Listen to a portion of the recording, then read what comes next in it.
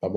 Cara, pegando a parte acadêmica, assim, eu fiz ITA, fiz Engenharia Mecânica Aeronáutica, depois eu fiz MBA em Kellogg, aí com foco em finanças, depois eu fiz um OPM lá em Harvard, um curso aí de educação executiva, mais voltado para presidentes de empresa ou empreendedores, e aí depois eu fiz duas pós-graduações, uma fiz à distância, uma na Escola de Educação Johns Hopkins University, que é de Neurociência e Educação, após, chama Mind, Brain and Teaching, e a outra é de Engenharia Biomédica Aplicada, aí na Escola de Engenharia de Johns Hopkins, e as matérias que eu peguei, o curso na verdade, ele tem alguns critérios, assim, então você tem um leque grande de matérias que você pode pegar.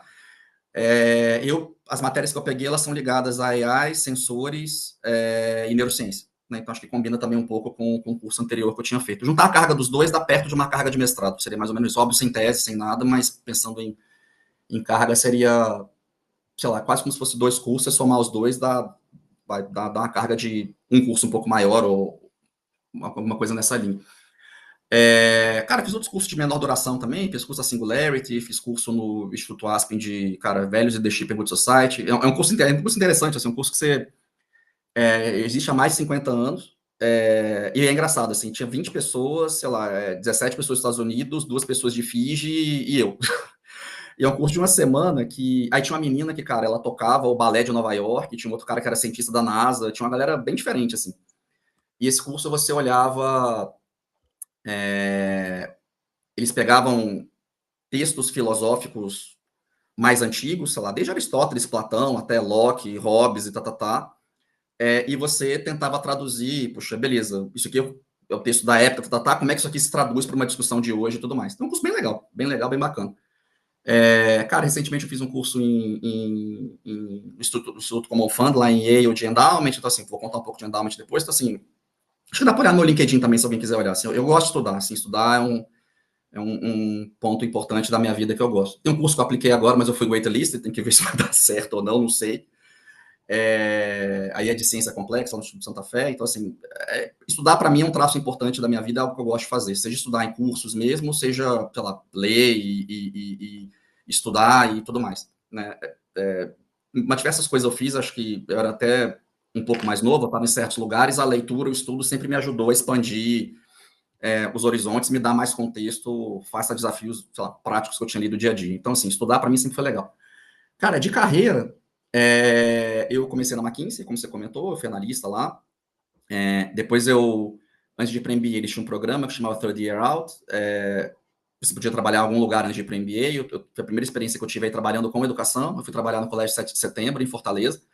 Né? O Henrique, cara, um super amigo, assim, o Henrique Soares, da família Soares, né? Ele até comentou o episódio nosso -1. Cara, um super amigo, ele estava saindo da McKinsey para ajudar a família dele a tocar o colégio. Cara, parte administrativa ali eu fui. Né? Cara, o pai dele é um cara impressionante, assim. Pô, ele fez MBA no NYU em 69, sabe? Pô, ele foi secretário da Fazenda do Tasso. Então, assim, poxa, eles têm uma participação super relevante lá no Beach Park. Então, assim, cara, um super empresário.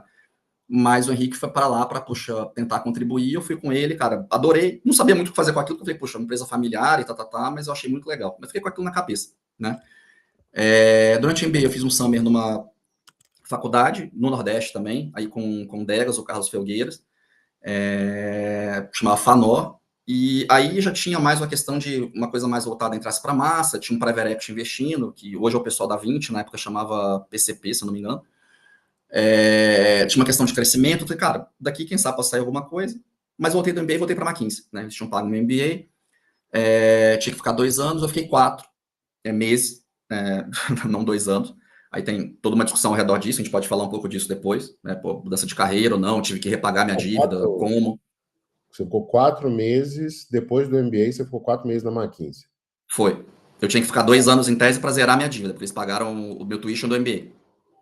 Tá bom. A gente pode falar um pouco disso depois, porque assim, muita gente me pergunta disso, entendeu? Assim, em termos de, puta, mudar risco ou não, como é que você faz? Tomar risco, não é? Puxa, por que você mudou? Pô, era um negócio grande, não era? A Croton era uma empresa bem menor na época, né? Então, Sim. tem muita gente que pergunta nesse sentido, em termos de tomada de decisão, por quê, o que fez sentido ou não, em termos de mudança de carreira. Assim, eu já mudei de carreira umas 6 vezes, entendeu? Então, assim, para mim, sei lá, muita gente me pergunta com relação a isso, entendeu?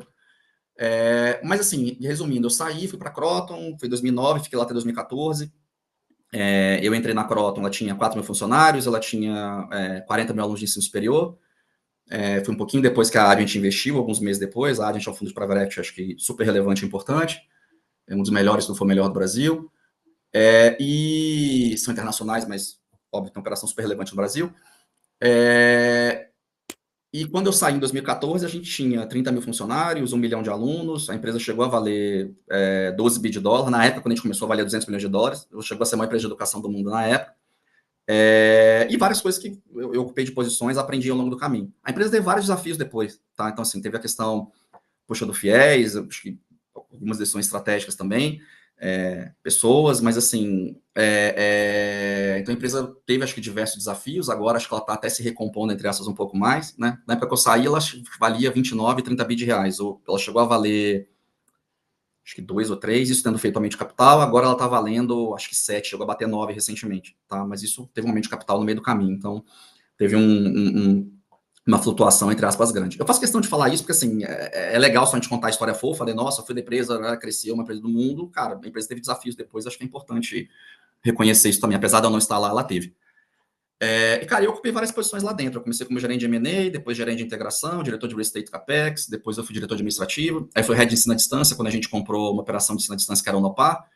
Depois eu fui VP de operações, eu cuidava de mais ou menos metade da empresa, eu cuidava mais ou menos de metade, pegando as partes, as áreas meio, né, e o CFO mais ou menos de metade. Eu cuidava na época do marketing comercial, do RH, do Estate Capex, SC de alunos, pós-graduação e novos negócios. Então, para você pensar, assim, cara, tem uma parte da receita aqui que era importante, cara, o principal, entre aspas, custo, o desenvolvimento de pessoas aqui, que era a parte RH, e investimento para a gente conseguir, entre aspas, continuar crescendo, né? E depois eu fui VP de integração, né? Quando a gente fez a aquisição ali, a junção com a Anhanguera, 500 mil de alunos de cada lado, eu ajudei a liderar o início do processo ali de integração. Não fiquei até o fim, mas ajudei a liderar ali o início.